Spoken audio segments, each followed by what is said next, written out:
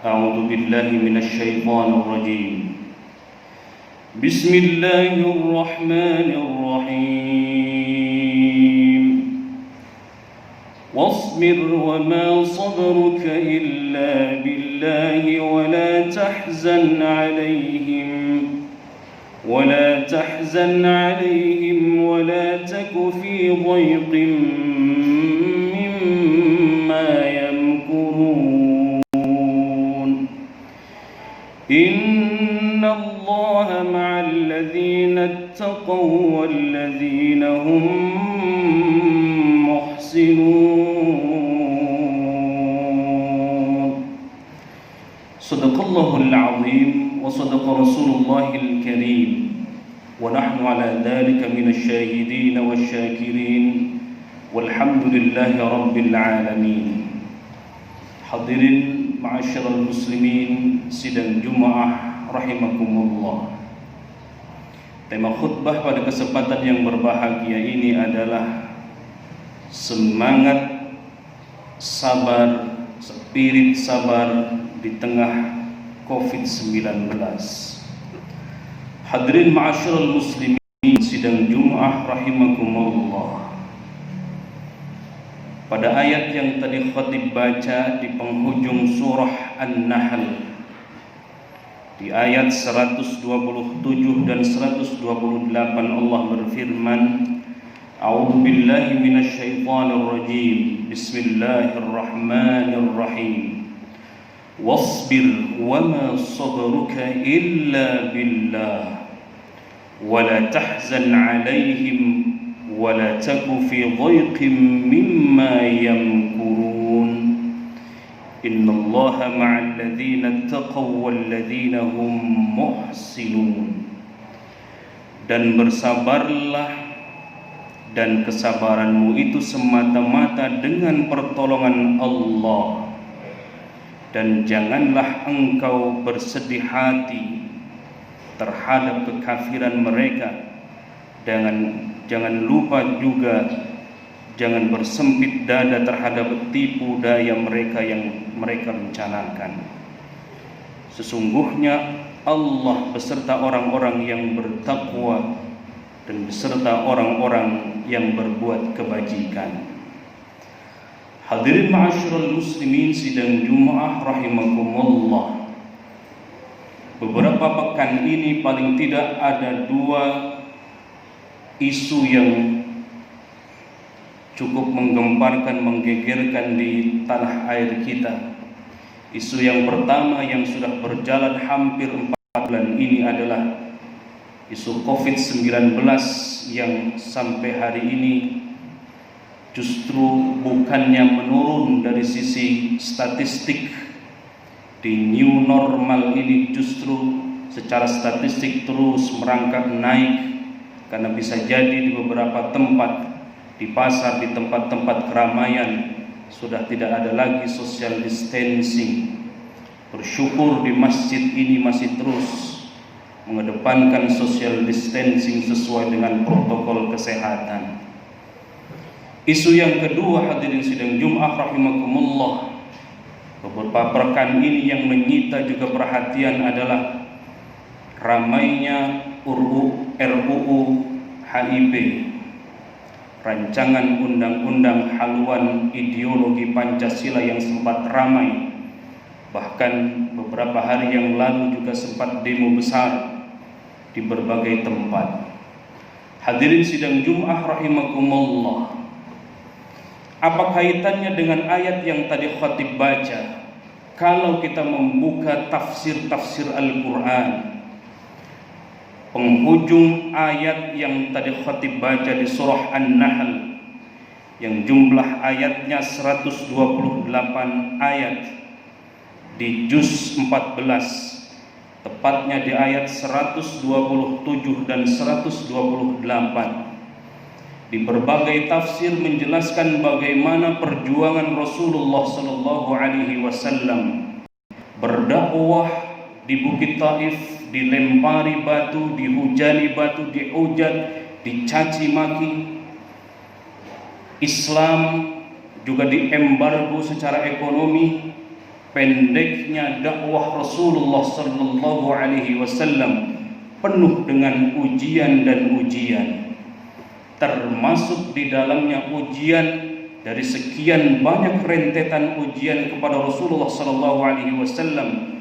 Ujian yang terberat untuk Rasulullah sallallahu alaihi wasallam ketika dua sosok tercinta dari Rasulullah sallallahu alaihi wasallam dipanggil oleh Allah Subhanahu wa taala. Dua sosok itu adalah Khadijah Al-Kubra dan paman kandung Rasulullah sallallahu alaihi wasallam yang bernama Abu Thalib. Hadirin sidang Jumat rahimakumullah. Tentu dibandingkan dengan ujian-ujian yang menimpa Rasulullah sallallahu alaihi wasallam, ujian kepada kita belumlah seberapanya Rasulullah. Begitupun ujian yang diberikan Allah Subhanahu wa taala kepada Nabiullah Muhammad sallallahu alaihi wasallam juga tidak seberapanya dibanding dengan ujian-ujian yang juga pernah terjadi kepada para nabi dan rasul. Nabiullah Nuh alaihi salatu wassalam, dakwahnya 950 tahun, ujian-ujiannya Masya Allah luar biasa. Bahkan hanya mendapatkan beberapa orang saja yang ikut kepada ajaran tauhid dan beriman kepada Nabiullah Nuh alaihi salatu wassalam. Di tengah COVID-19 ini, ujian dari Allah Subhanahu wa taala sampai hari ini belum usai.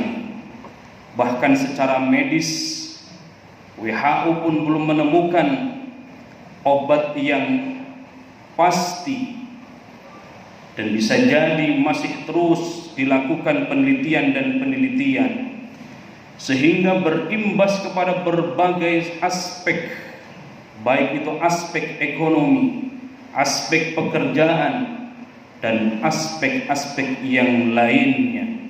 Bagi yang berjualan bisa jadi berhenti jualannya. Begitupun yang biasanya bekerja dirumahkan dan lain sebagainya, sehingga bisa jadi ujian ini berat buat bangsa Indonesia dan umat seluruh dunia. Hadirin sidang Jumat rahimakumullah.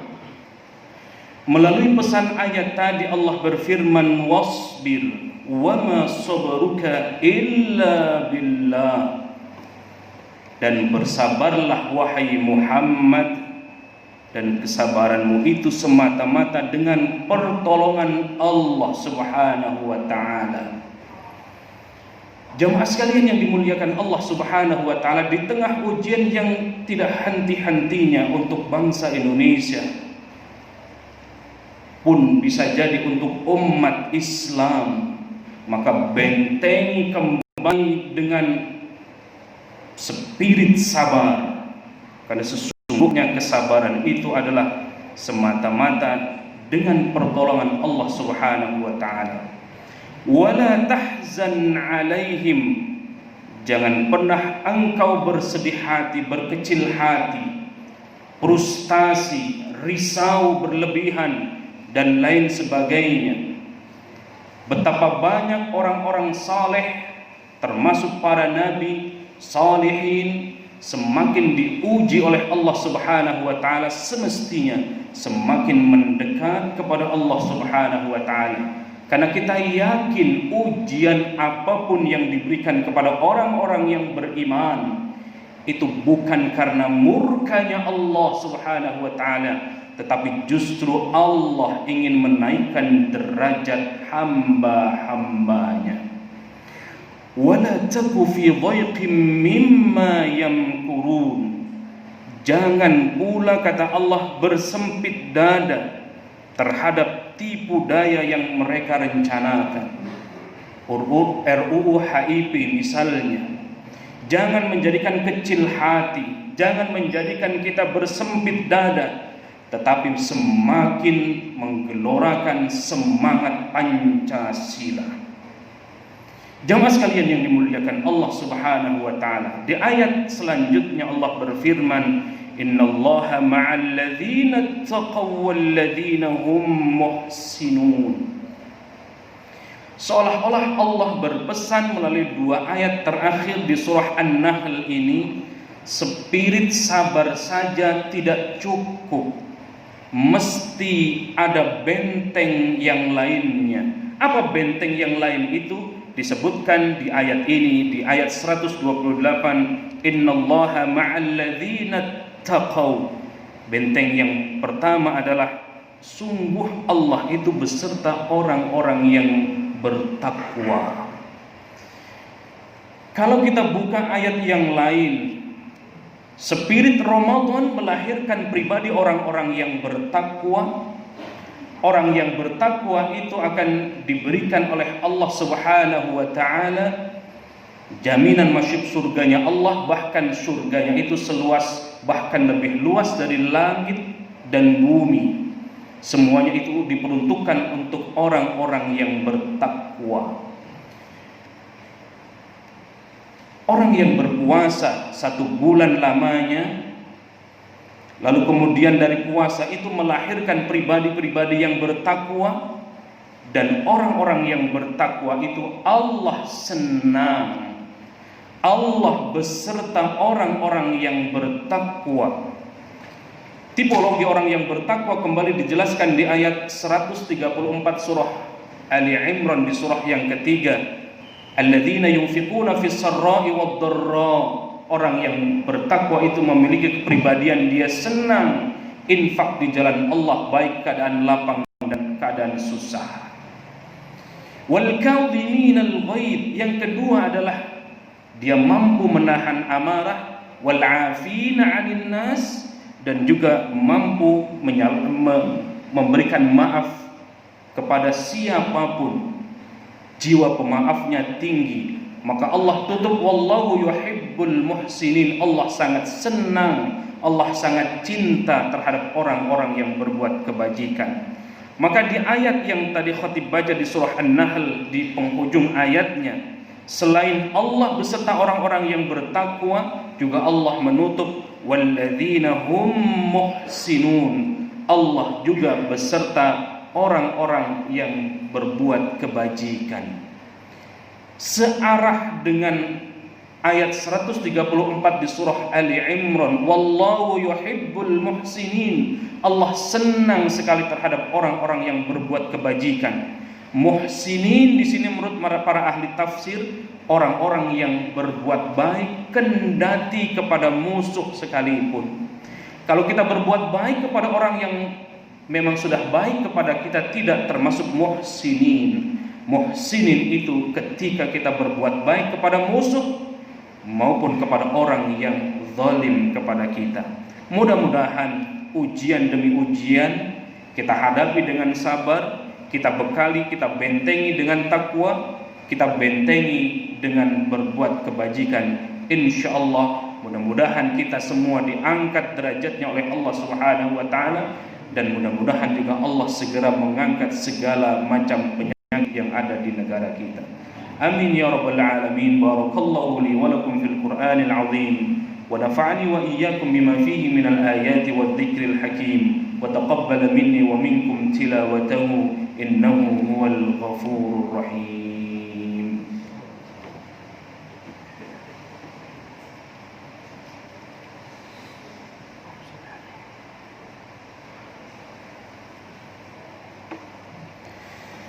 Alhamdulillah wa kafa, wassalatu wassalamu ala sayyidil mustafa wa ala alihi wa sahbihi ala sidqi wal wafa.